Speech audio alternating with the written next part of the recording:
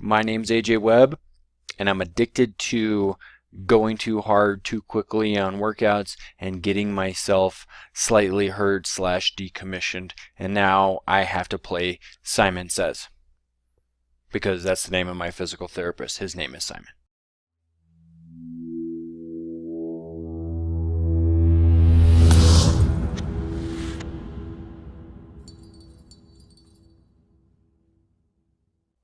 Hello, my wellness friends. AJ Webb here, your SLV Health Wellness Coordinator, with another installment of the Complete 5K project.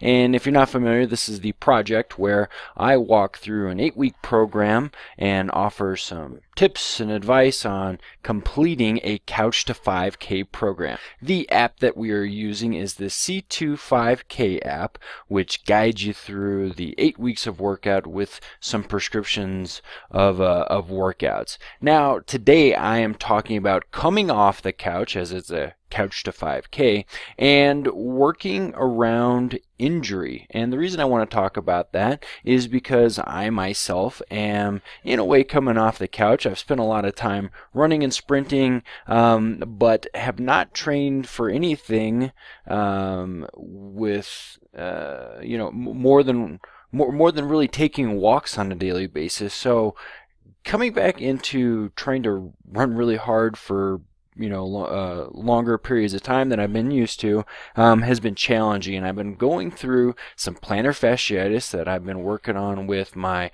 primary care provider and have been recommended to take and participate in some physical therapy. So I am modifying my workout, so that's why I wanted to talk to you about this potential problem that you may feel compelled that you have to do every little bit of the workout perfectly, just as it says, and harder and better than everybody, and it's just not the case. If you can adapt the C2 5K program to yourself, you will be, first of all, that's a skill, being able to modify a set of workouts for your own needs or for your own limitations or capabilities or for your own aspirations or goals.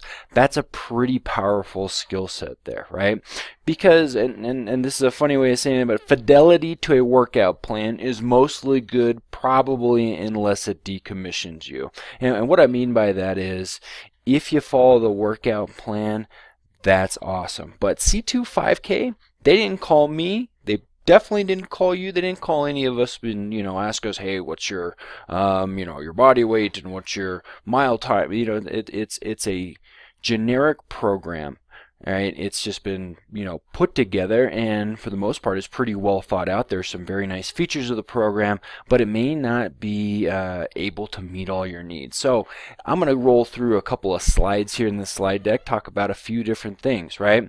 So following a plan of pushing is appropriate when you're acclimated to a particular activity, and that means that you have the skills to do it. You have the, and a lot of the precursors to doing that physical activity, and it's appropriate when you're not compromised, when you're not injured, right? So you follow the plan. It's a good idea to follow the plan if you're used to what's going on and you're not hurt, okay? And your acclimation to running, lifting, these things are going to come through intensity, frequency, and volume. Intensity meaning how much work you're doing in as little amount of time as possible. Frequency, how many times a day or a week you're doing it, and then the volume, the total overall reps or miles or whatever it is, right? And these take time to earn these things, right? So being patient is a reoccurring theme throughout this, right? But that's how you're going to acclimate to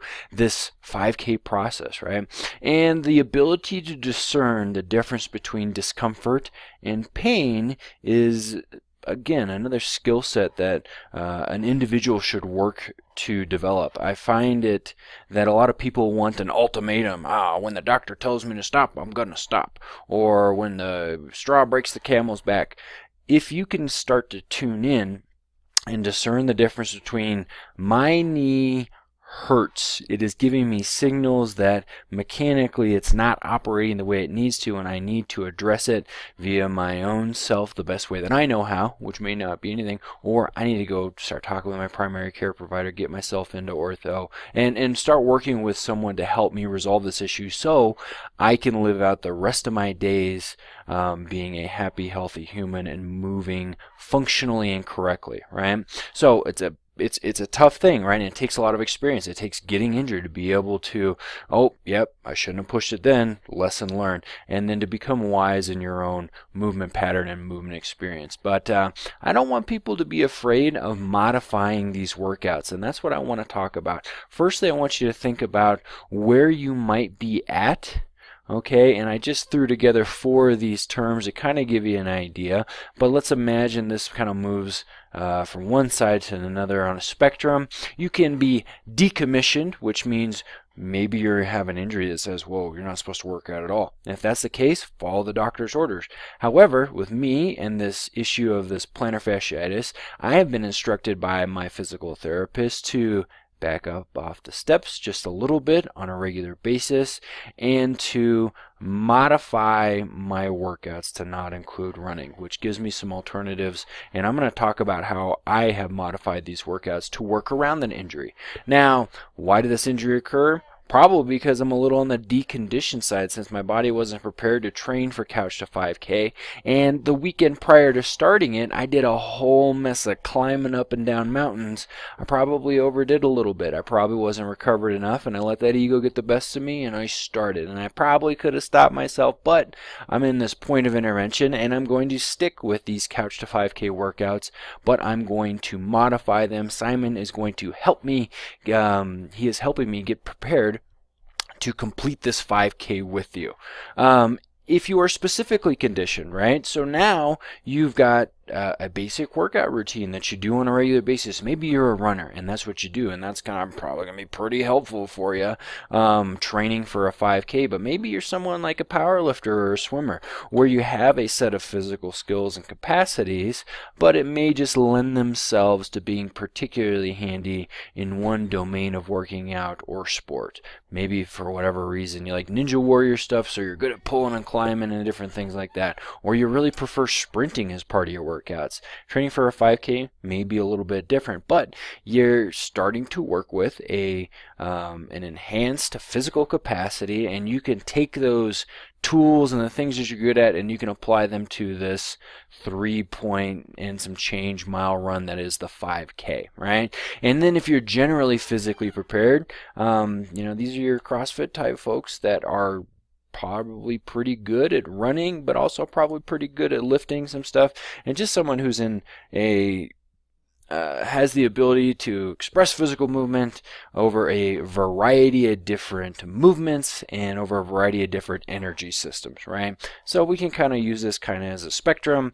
Myself coming in slightly deconditioned and really working quickly to move myself into decommissioned, by not listening to my body as in tune as maybe I should have been, right? But again, I'm sticking with it and I'm going to modify these things. So when I say modify, I like to describe it as scaling, right? So scaling has a bunch of different, uses. It's used in economies a lot, economies of scale, right? And basically the ability to modify something and duplicate the stimulus, right? So let's do a little case study here. This past week, the workouts were calling for 6 rounds. Okay, so you'd warm up with a C2 5KF for 5 minutes, and then you would do 6 rounds, 90 seconds of jogging, 90 seconds of walking, right? So this is a work-rest interval where you're moving quickly. I was really focusing on my own my skill development of using the pose method of running, which we'll talk more about in later videos, and then 90 seconds of walking. So I have an increased intensity, right? I'm running, and then rest is coming where I get to breathe and I get to kind of let my body cool down. I kind of get my my stamina back, right?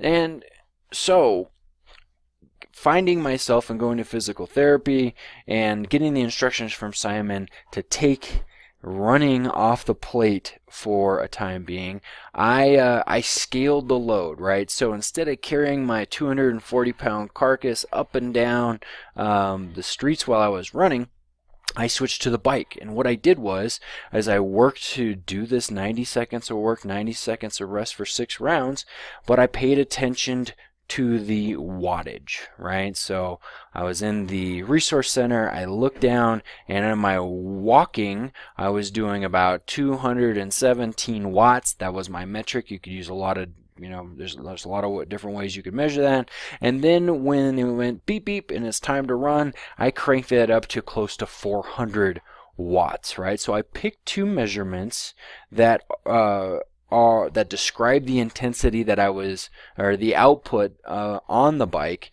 and I used those, and I duplicated the stimulus that way, right? Now, other ways I could have modified this, and I've actually even modified my daily. I always try and get 10,000 steps. I've tried to cut that back to about 8,000 to give my heel, to give my plantar fascia a little bit of a rest, and that was scaling volume, right? Just not doing as much. So if we think of it in the context of these workouts, we're going to go 4 out of 6 rounds, right? And we're going to be okay. And we're going to walk those other 2 rounds, which is, I want to see that's an extra 6 or 7 minutes of walking, right? And we're going to be okay with that because we may not be acclimated to be able to knock out those full 6 rounds without compromising, without risking some kind of injury. Now, it's easy to sally out too, say I'm just not going to do these last 2, but that's okay, right? You're beginning to build the skill set of discerning pain from discomfort, and discomfort can be our friend when it comes to building our physical capacities,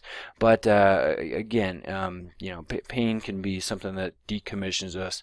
Again, look at me, I'm decommissioned from running, and now I have to make these adjustments.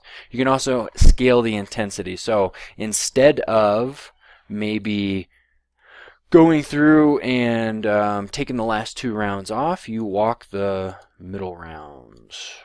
So I'm going to add that as a note. And that's another way that you could scale it. So you scale the intensity to run, walk and recover, run, walk and recover, and then build in a little bit of extra rest there so you can let yourself cool down, okay? So generally speaking, if you find yourself in one of these different positions, if you're decommissioned, if you're injured, and the doc says, hey, don't do this, listen to them, right? But at the same time say, hey, what are the things that I can do, right? What are the things that I am capable of, and what should I pay attention to, right? So Simon has said, hey, cool it down on the steps, cool it down in the running, bike is good, a few other different things, duplicate the stimulus of running without putting the strain on those tissues on your foot, okay? But doctor's orders, always listen to your doc in regards to these things and respect that pathology of whatever it is they're working with you. If you're deconditioned, don't do what I did, right? I climbed a lot and then I tried to jump right into it, and you know what? It didn't go my way. Now I'm addressing this, okay? So don't push it too quickly. If you're specifically conditioned, I'd encourage you to be patient, right? Now, if you run all the time and now you're running here, no big deal, right? It puts you at an advantage. But if you were someone that spent a lot of time lifting weights, right? Well, you probably know how to suffer, right? You probably and suffer in the way that you're buffering discomfort and not pain. So use those attributes, right, of the different workout things that you do to apply towards running. And then when it comes to whatever is going to be that ace up your sleeve, right, you can fall back, you can default on those things. But just be patient with yourself. If running isn't maybe your thing, doing other things are, but apply those other principles you get from your other routines, right? And then if you're generally physically prepared lady, fella, or person, go for it. To use this program to progress and build and see if you can improve on your own 5K time, and work to discern the discomfort from the pain, so that you can train happy and healthy. You can participate to the best of your abilities and have a little fun at the upcoming 5K. We will continue to be doing training sessions, 5:30 p.m. in front of the PS Clinic on Thursdays, and here are the remaining dates. I'll be out there. I will warm you up. I will have done my own workout by then, but I'll give you the best insights that I can as far as if you have other modifying questions, because I modified these to use kettlebells and some other different things so I could get my ticker going and let it rest, and get my ticker going and let it rest. And that's how I'm going to proceed through the rest of this C2 5K, this complete 5K project. Those are the remaining dates. Feel free to contact me if you have any questions. Have a super day. Good luck and better skill with your training.